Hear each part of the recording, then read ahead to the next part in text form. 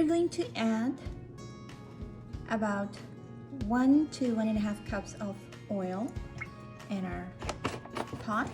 Now I'm adding 1 large sliced onion. I'm going to fry the onion until it becomes golden brown or light golden brown. Now we're going to add about 3 to 4 medium sized tomatoes chopped.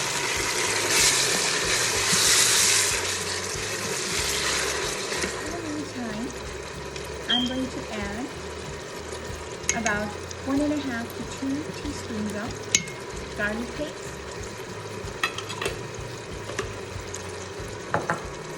And with spices, I am going to add 1.5 teaspoons of salt, 1 teaspoon of cayenne or red chili powder, 1 teaspoon of coriander powder, 1 teaspoon of cumin seed, and about 10 to 12 whole black peppercorns. If you don't like it spicy, you can skip the red chili powder. Now we're going to cook this masala or the gravy base until all the juices from tomatoes is about 75% gone, evaporate.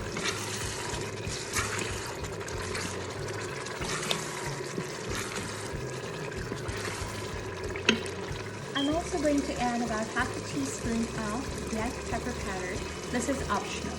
If you don't like it spicy, just don't add it.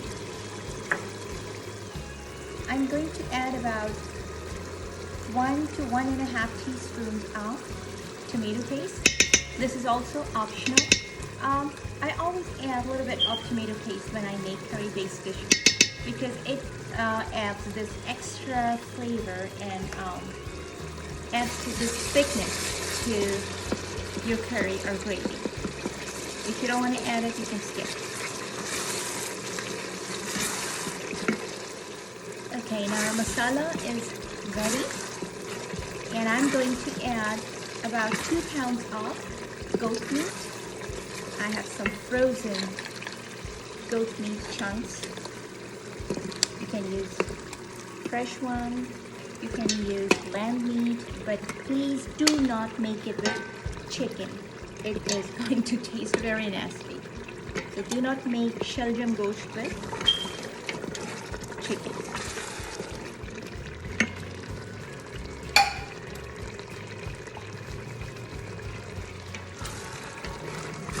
Now I'm going to add about 1 to 1.5 cups of water. I'm using Instant Pot pressure cooker, which doesn't require a lot of moisture to cook meat. If you're using regular pressure cooker or in a pot, of course you're going to add about 3 to 4 cups of water, even more than that.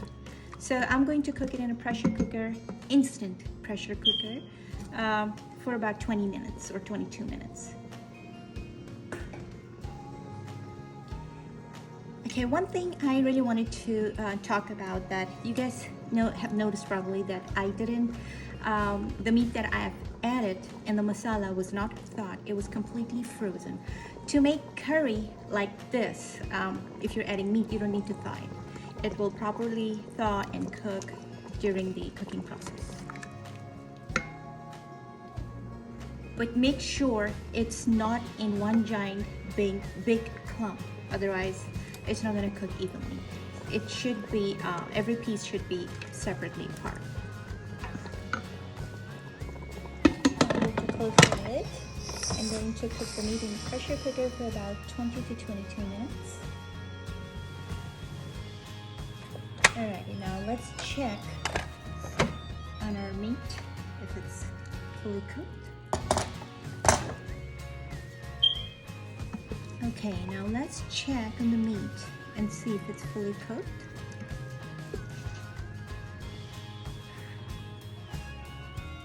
Yeah, it's fully cooked. Now, you see that there is a lot of moisture left. in our curry base, we need to evaporate this moisture. So probably it's going to take another 7 to 8 or 9 minutes on high flame or high heat. As you can see, the moisture from the meat or the curry is about 80% gone. And now I'm going to add turnips, about 3 to 4 medium-sized turnips. I've diced them or cut them in chunks like this.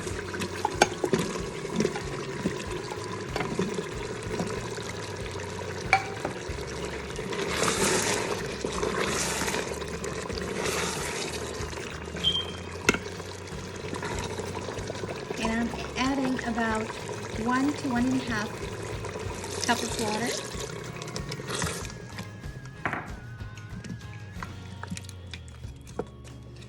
And I'm going to let it cook until the turnip chunks are completely cooked. Now make sure you don't cook it to that point that it falls apart.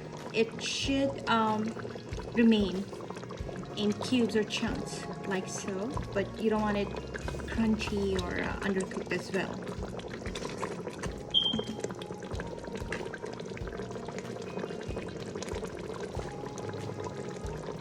At the same time, I'm going to add about 4 to 5 green chili peppers.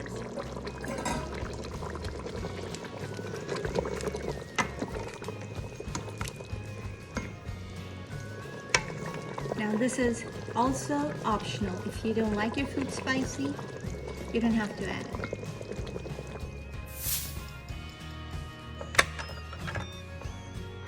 Okay, going to check turnip and the meat curry. Let's say our Shaljam Gosht.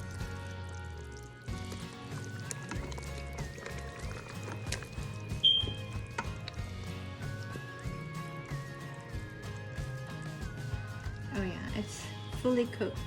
Even 1 or 2 pieces kind of fell apart, but not that much.